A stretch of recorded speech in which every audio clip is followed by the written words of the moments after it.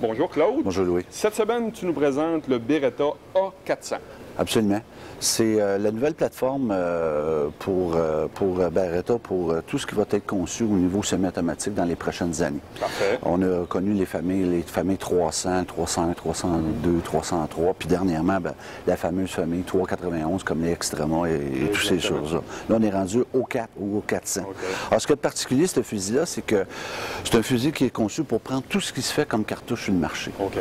Fait qu'on parle de 7/8e d'once, qui est des cartouches qui sont excessivement légères. Un once et 3/8, aller jusqu'à la grosse cartouche de 3,5 pouces pour les chasseurs d'oiseaux ou les chasseurs de dinde avec la grosse cartouche là, très très lourde, là, 2 pouces et quart, excusez, 2 onces et quart de charge.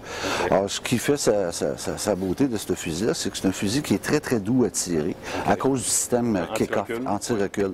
Alors, c'est des pistons hydrauliques montés avec ressort qui vont venir absorber le recul du fusil. Il y a aussi un troisième piston qui a été installé ici, juste en arrière de la carcasse, pour recevoir le recul du verrou. Oui, absorber le recul là. Oui, parce que du fait qu'il prend de petites cartouches, c'était parfait. Le mécanisme fonctionnait très très bien, mais quand on arrive dans les grosses cartouches pour permettre au fusil d'être toujours aussi doux à tirer, quand le recul se fait, ce piston-là vient absorber aussi le recul du fusil.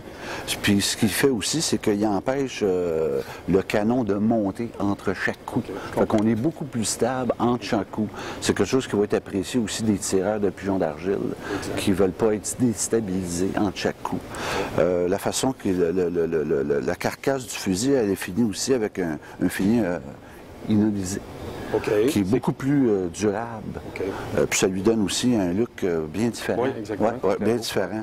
Celui-ci est chambré 3,5 pouces, mais il y a une version aussi qui est disponible chambrée 3 pouces.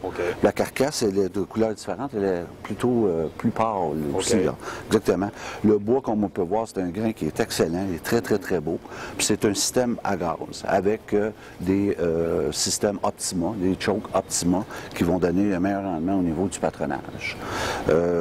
En ce moment, ce fusil-là est disponible dans sa version bois. Éventuellement, probablement en 2012, on va voir les séries synthétiques, camouflage aussi, qui vont venir sur le marché. On a aussi une version qu'on appelle A400 XL, qui a été développée pour les tireurs. Ce qui est particulier, lui, c'est qu'on peut ajouter, il vient avec une pesée normale ou moyenne. Puis on peut par la suite se procurer une pesée plus lourde ou plus légère pour ceux qui préfèrent soit avoir du poids vers le devant ou du poids vers le devant. Puis on peut évidemment customiser, si on peut dire, le fusil. Et puis, tout comme tous les Beretta, on a des ajustements ici, l'ensemble de shims, comme on dit, pour venir ajuster le talon arrière du fusil à la personne, pour que le fusil tire exactement ce que le chasseur regarde.